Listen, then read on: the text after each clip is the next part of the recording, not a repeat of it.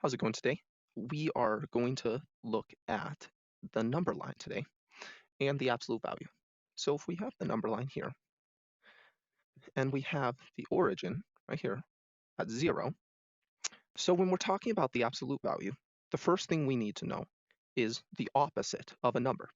So if we have some number, let's go 1. The opposite of 1 is -1. You multiply it by a -1. Okay, so the opposite of 2 would be -1 times 2, which equals -2. And the opposite of 3 would be -1 times 3, which would equal -3. And we'll do a negative number here. The opposite of -3 would be -1 times -3. And a negative is a positive, so we have 3. With that in mind, when we talk about the absolute value of a number, x, which is just some number that we have. Okay, so let's say that x is 5.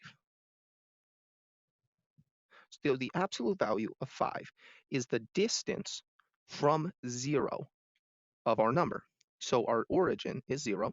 And where is 5 on here? It's right here, okay? So how much do we have to move to get back to 0?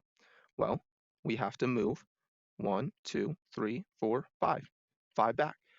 So the distance between 5 and 0 is 5, okay? The absolute value is asking the distance from 0. So the distance from 0 of 5 is equal to 5. Well, then let's go with -5. What is the absolute value of -5? We find that on the number line here, and we go 1, 2, 3, 4, 5 over, okay? So the distance we have to move is 5. The absolute value of -5 is 5 units away from 0. Thus, the absolute value of -5 is 5. Using the opposites here, we can write out a general form for any number. So given some number x, if x is 0 or positive, then the absolute value of x, which is its distance from 0, is equal to itself, it's x. Okay, so let's try this, the absolute value of 0.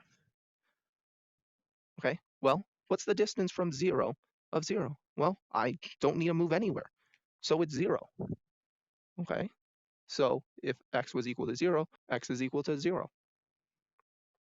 Okay, now if, let's say that it's some positive number, if we're taking the absolute value of 3, then we're going to look on the number line. Okay, we have 3 here. We have to move 1, 2, 3 over to get to 0. So the absolute value of 3 is 3.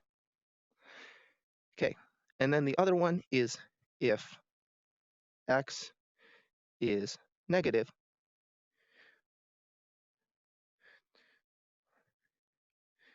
then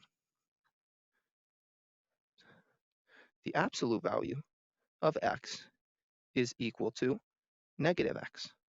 Or let's do -1 times x. Right? Let's do this. What if x is equal to -3? Or -5 will do.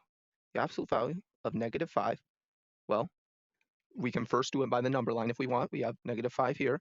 It's 5 units away from 0, so the absolute value would be 5.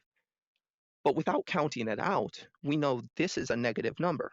And we know that if we're given a negative number, we just multiply by -1, and that is the absolute value of that number. So it is -1 times -5. And that's only because we have a negative number in there, which is equal to 5. If you have any more questions concerning this topic or any other topics, just let me know in the comments. Thank you for watching the video, and I appreciate your time. Talk to you soon. Thanks.